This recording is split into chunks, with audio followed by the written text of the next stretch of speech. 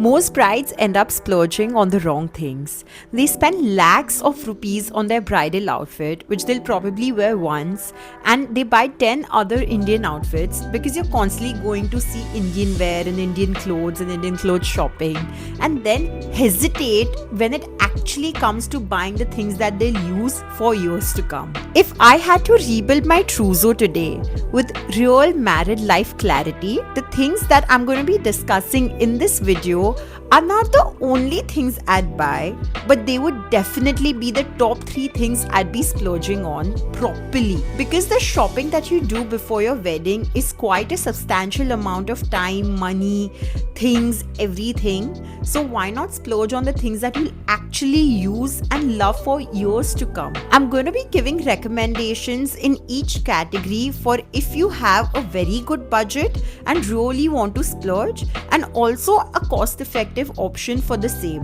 so you can decide which direction you want to go into. So let's get into it. 3 things actually worth splurging on while making your bridal trousseau. Number 1, one luxury handbag.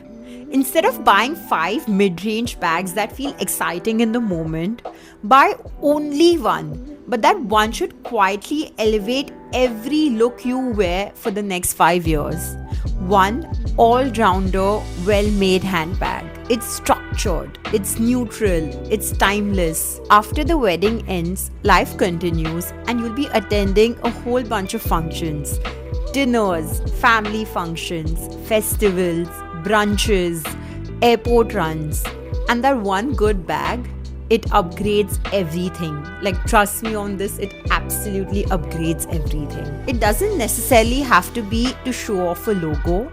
These are some of the bags which I'd recommend if you're getting a luxury bag for everyday use, as well as, like just basic outings. Colors like nude pink, suede brown look absolutely gorgeous.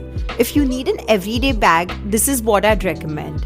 Ensure that this bag is super versatile, so it goes with most outfits while being roomy and having enough space inside to hold your everyday bag stuff. I have 2 to 3 quick recommendations based on what I personally use very often. So this is my Burberry bag and it's my total holy grail. I've used it for a year now for almost every single day, so it might look a bit worn out, but it carries all my stuff, and what makes it super is that it's super easy to open, and it's a crossbody which I can just put on as compared to a handbag, which keeps falling off your shoulder a lot of times. So that was my everyday bag recommendation. So another recommendation I'll give is for an event bag. This is my Jimmy Choo nude sling bag. Super cute while looking classy, minimal. Usually in events you have very less things, so it's like the perfect size.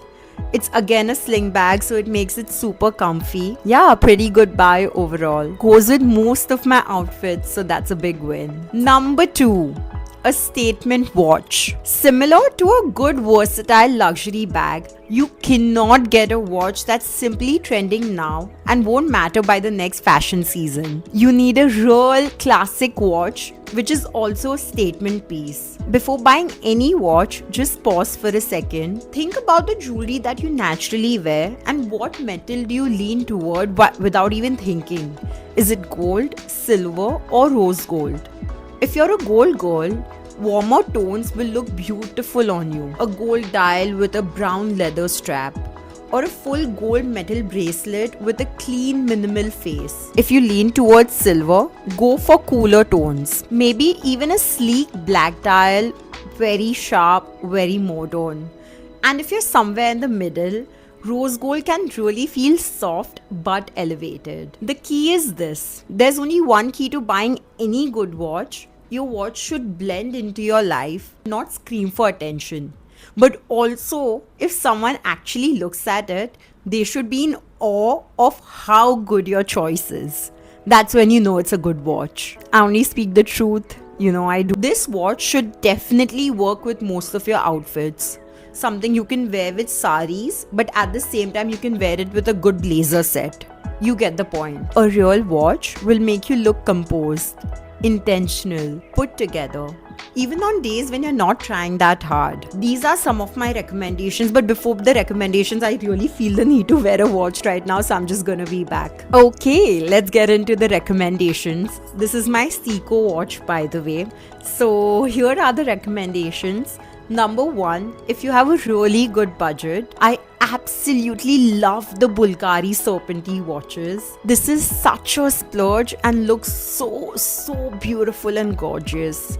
If you love that style but you want a more cost-effective version, go for Just Cavalli watches. You will absolutely not regret it. I have both and I use my Just Cavalli so much more, like for small events like dinners or catching up with friends or wherever for that matter. I keep my Bulgari for special occasions like weddings or special get-togethers. Okay, recommendation number 2. So if you are more towards silver toned, a Rado watch looks super good and super classy, minimal yet crisp and sharp. It's like a total showstopper but in a silent killer way. Again, this is an absolute total splurge, lesser than the Bulgari of course, but at the same time, yes, it is a splurge.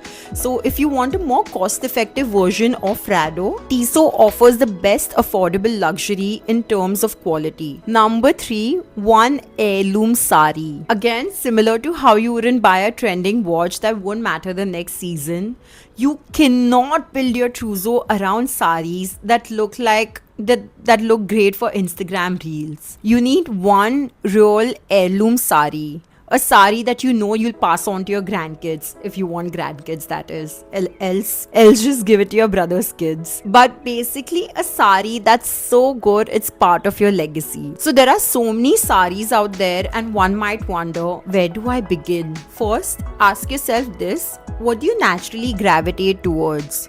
What kind of colors? Is it muted elegance like nude pinks, gold, brown tones? Or is it bold traditional colors like which are bright and nice? Or is it deep jewel tones like sapphire blue? Or amethyst purple? Or emerald green? If you're someone who leans towards classic, go for a pure Banarasi. Absolutely rich, super structured and fully timeless. If you enjoy such looks and a more South Indian sort of a silhouette, a Kanjivaram with real zari is it. It doesn't have to feel heavy, but it should definitely feel substantial. If you want something artistic and a statement piece, Paichni saris and patolas are it. That pallu alone will do half the talking for you. Your heirloom sari should not feel trendy. That is the only key. It should feel absolutely permanent. It should work for your first Diwali, your family gatherings, if you're hosting someone important, for moments where you're representing your home. And when you wear it, people should not be like, oh, it's cute. They should be like, this is stunning. And trust me on this, you will feel the difference. A real silk sari drapes differently. It photographs differently. It commands space differently. Now for recommendations. If you have a good budget, invest in a proper hand-woven sari from a trusted Banarasi or Kanjivaram weaver. Don't compromise on purity. These are some of the places you can buy from. For Banarasis, these are the places. For Banarasis, if someone can source from a trusted loom family for you, this is the most authentic route. For Kanjivarams, again, Kanchipuram weaving houses directly, pure silk.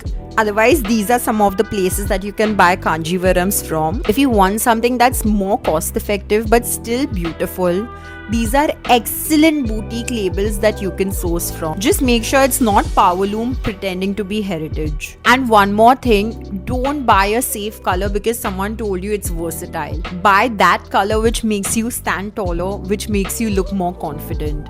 Because this sari is not for one function, it's for the rest of your life. So ensure when you wear it, you feel absolutely great.